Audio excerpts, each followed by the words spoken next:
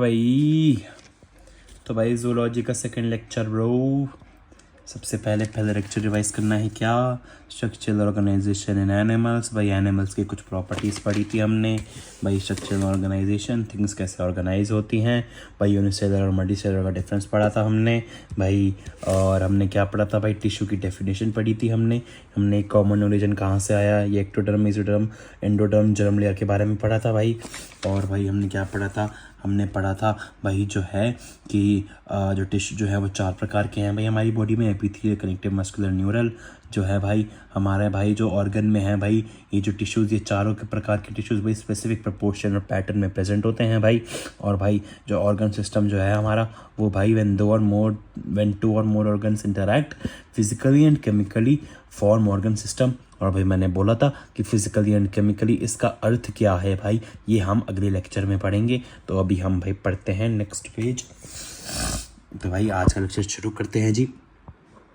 तो भाई when 2 or more organs interact physically मतलब हो गया भाई कि मतलब भाई ऑर्गन्स जो है वो कनेक्टेड है भाई फिजिकली। जैसे भाई ये डाइजेस्टिव सिस्टम है भाई, तो जैसे भाई ईसोफेगस, स्टमक, इंटेस्टाइन, तो देखिए भाई ये हमारा भाई जो है फिजिकली कनेक्टेड है जी। अब जो केमिकल है भाई, इसका मतलब है भाई कि भाई ये एंजाइम्स, जूसेस, जैसे डाइजेस्टिव जूसेस वगैरह ये सब रिलीज़ करते हैं। जैसे भाई ये सब गैस्ट्रिक जूस है तो इसने रिलीज़ कर रखा है, तो इसका मतलब केमिकली। तो भाई ये जैसे फिजिकली कनेक्टेड हैं, केमिकली ये सब एक्सक्रीट कर रहे हैं। ये सब जो है भाई फिजिकली और केमिकली इंटरैक्ट करते हैं 2 से ज़्यादा ऑर्गन्स, तो ऑर्गन सिस्टम बनता है। ठीक है, समझ गए ना ये वाला मतलब। अब चलो अब शुरू करते हैं मेन चीज़ जो है 4 बेसिक टाइप ऑफ टिश्यूज़ भाई। जो तो हाँ हमने क्या पढ़ा था भाई, टिश्यू की जो भाई हमने वो पढ़ा था कि भाई group of similar cells having common origin with some intracellular substances and performing a specific function। इसका भाई ज़्यादातर चीज़ों का मतलब हमें पता था। सिमिलर सेल्स मतलब सिमिलर सेल्स भाई, कॉमन ओरिजिन भाई ये तब बड़ा जो चीज़ पढ़ी थी उसके लिए पढ़ी थी भाई। इंटरसेलुलर सब्सटेंसेस हमने ये पढ़ा था भाई, ये जो बीच में होता है ये एक्स्ट्रा सेलुलर मैट्रिक्स होता है। स्पेसिफिक फंक्शन अब ये पढ़ते हैं भाई। स्पेसिफिक फंक्शन का मतलब क्या है भाई, जैसे एपिथेलियल टिश्यू है ना, एपिथेलियल टिश्यू का स्पेसिफिक फंक्शन हो गया कि भाई कवरिंग में होता है भाई, लाइनिंग में होता है, डिफ्यूजन में, सिक्रीशन में और एब्सॉर्प्शन में।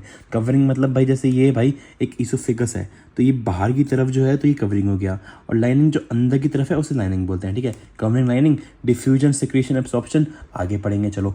ठीक है, कनेक्टिव टिश्यू सपोर्ट और लिंकेज में होता है। ठीक है, एग्जांपल ब्लड, बोन्स, कार्टिलेज, ये भी हम आगे पढ़ेंगे। मस्कुलर टिश्यू, मस्कुलर मतलब मसल, लेट्स गो, मसल देखोगे क्या तो भाई लोकोमोशन और मूवमेंट में होता है भाई। ये पूरा चैप्टर भाई, लोकोमोशन और मूवमेंट एक पूरा चैप्टर का नाम है जो हम आगे पढ़ने वाले हैं। सोचो इतना मतलब भाई इतना बड़ा चैप्टर, इतना मस्त हम पढ़ने वाले हैं। ओ भाई क्या बोल रहा हूँ मैं, न्यूरल टिश्यू भाई कंट्रोल और कोऑर्डिनेशन के लिए होता है भाई। कंट्रोल और कोऑर्डिनेशन भाई ये भी एक चैप्टर है जो हम आगे पढ़ने वाले हैं। ये भी बहुत एक बड़ा चैप्टर है जो हम पढ़ने वाले हैं। तो भाई पहले हम एपिथेलियल टिश्यू से शुरू करते हैं जी। जो एपिथेलियल टिश्यू है ना, इसे हम एपिथेलियम भी बोलते हैं। एपिथेलियम का मतलब क्या हो गया, अपॉन टू रेस्ट, मतलब टू रेस्ट अपॉन, मतलब ये भाई जो टिश्यू है ना always rest upon some other tissue, जैसे कनेक्टिव टिश्यू के ऊपर ये रहता है। ठीक है, और भाई जो सेल्स जो है ना कंपैक्टली पैक्ड होते हैं with little intercellular spaces, hence little intercellular matrix. ठीक है, एक बार हम डायग्राम से समझते हैं। ठीक है जी, अब भाई ये देखो, ये जो है ना ये सारे सेल्स हैं। ठीक है, इसके नीचे एक बेसमेंट मेम्ब्रेन है। ये बेसमेंट मेम्ब्रेन क्या है जी, अभी रुको ज़रा रुको। और इसके नीचे कनेक्टिव टिश्यू है। तो देखो ये जो है ये कनेक्टिव टिश्यू के ऊपर रेस्ट कर रहा है, इसलिए इसका नाम एपिथेलियम हो गया। ठीक है, अब बेसमेंट मेम्ब्रेन क्या है भाई, बेसमेंट मेम्ब्रेन क्या है, बेसमेंट मेम्ब्रेन जो है ना ये नॉन सेलुलर है, मतलब ये सेल से नहीं बनी। तो किससे बनी है भाई, ये ग्लाइकोप्रोटीन से, म्यूको पॉलीसैकेराइड्स, ये भाई ये कार्बोहाइड्रेट्स होते हैं, और प्रोटीन फाइबर से बनी है जी, है ना। और भाई ये जो है ना बेसमेंट मेम्ब्रेन, ये ना भाई एपिथेलियल टिश्यू और कनेक्टिव टिश्यू दोनों ही सेक्रेट करते हैं भाई। मतलब ये जो है ना ये दोनों ही साथ में सेक्रेट करते हैं। जैसे भाई अब 2 दोस्त हैं, मेरा एक दोस्त श्याम है और मैं हूँ राम। ठीक है, तो भाई अब भाई हम दोनों के बीच में अगर दोस्ती है तो मेरी तरफ से भी दोस्ती होनी चाहिए, उसकी तरफ से भी दोस्ती होनी चाहिए, तभी तो भाई हम दोनों अच्छे दोस्त रहेंगे। वरना राम और श्याम की दोस्ती कैसे होगी भाई। अच्छा, पहले मेरा नाम ना राम नहीं है, मैंने ऐसे बोल दिया है ना। तो भाई इसलिए भाई secreted by both epithelium and connective tissue भाई बेसमेंट मेम्ब्रेन। भाई इसकी ज़रूरत क्यों है जी, बेसमेंट मेम्ब्रेन की ज़रूरत क्यों है, ये यहाँ पे क्यों है? क्योंकि जी भाई क्या है ना, जो हमारा एपिथेलियल टिश्यू है ना ये एवैस्कुलर होता है और भाई एब्सेंस ऑफ ब्लड वेसल होती है, और भाई खून के बिना तो भाई ऑक्सीजन आएगी नहीं इसमें, तो ये काम कैसे करेगा? इसलिए भाई नर्व सप्लाई, इसलिए भाई ये क्या नाम है, बेसमेंट मेम्ब्रेन की ज़रूरी होती है, ताकि भाई कनेक्टिव टिश्यू जो ना हाईली वेस्कुलर होता है, इसके अंदर ब्लड वेसल्स होते हैं, तो ताकि भाई इससे भाई डिफ्यूजन होके यहाँ पे भी लाइक ब्लड वेसल जा सके। ठीक है, अब ये जो भाई एपिथेलियल टिश्यू के जो सेल्स है ना, इसमें भाई अगर हम नीचे की तरफ देखें तो ये बेसल सरफेस होता है, और ऊपर की तरफ देखें तो एपिकल सरफेस होता है, और इसी एपिकल सरफेस को ना फ्री सरफेस बोल देते हैं। फ्री सरफेस क्यों बोल देते हैं? क्योंकि भाई देखो नीचे तो बेसमेंट मेम्ब्रेन है तो ये फ्री नहीं है, लेकिन ऊपर तो कुछ है ही नहीं, तो ये फ्री हो गया ना, इसलिए फ्री सरफेस बोल देते हैं। ठीक है, और हाँ भाई अब देख भाई ये जो है ना हाई रीजनरेशन होती है भाई। देखो अब जैसे एपिथेलियम, भाई जो हमारी स्किन है ना ये भी एपिथेलियम ही है। ठीक है भाई, अब तुमने देखा होगा भाई तो कभी तुम्हारे एपिथेलियम में कट लगता है, जैसे अभी मेरे लग रहा है, टू बी ऑनेस्ट दिखाएगा, देखो यहाँ पे अगर तुम्हें दिख रहा हो इस कैमरे में घटिया से, यहाँ पे कट सा लग रहा है। ठीक है, तो लगे बहुत जल्दी हील हो जाते हैं, तो हाई जनरेशन होती है भाई। और भाई हमने ये पढ़ा एवेस्कुलर तो होते हैं, लेकिन नर्व सप्लाई होती है, मतलब फीलिंग तो होती है ना भाई, अब मैं छू रहा हूँ तो मेरे को फील तो हो रहा है ना, ये है ना, तो वैसे ही भाई इसकी नर्व सप्लाई होती है।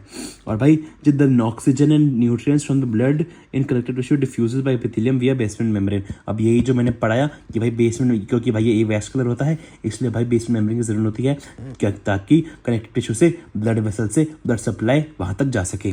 ठीक है जी, सब कुछ पढ़ा देगा मैंने यहाँ पे, हाँ जी पढ़ा दिया। अब भाई जो तो फ्री सरफेस होता है, फ्री सरफेस क्या होता है भाई, फ्री सरफेस क्या होता है, एपिकल सरफेस को ही फ्री सरफेस बोलते हैं, मैंने बताया था ना अभी। फ्री सरफेस जो होता है ना वो या तो भाई इंटरनल एनवायरनमेंट को फेस करता है, इंटरनल नहीं भाई एक्सटर्नल लिखा है, एक्सटर्नल पढ़ तो ले, एक्सटर्नल एनवायरनमेंट को फेस करता है या फिर बॉडी फ्लूइड को फेस करता है।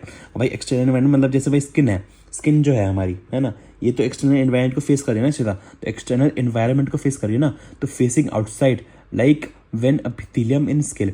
भाई जब हम स्किन में जो एपिथेलियम जो है वो फेसिंग आउटसाइड करती है, इसलिए भाई जो है एक्सटर्नल एनवायरनमेंट को फेस करती है। बॉडी फ्लूइड का एग्जांपल क्या हो गया भाई, जैसे ये ब्लड वेसल है, इसमें भाई ब्लड वेसल के अंदर भी इनर लाइनिंग में एपिथेलियम सेल्स हैं, तो भाई यहाँ पे जो है यहाँ पे भाई ब्लड है बहुत सारा, तो भाई ये फ्री सरफेस जो है ये फ्लेसिंग बॉडी फ्लूइड को भी कर रहा है भाई, ब्लड को भी फेस कर रहा है।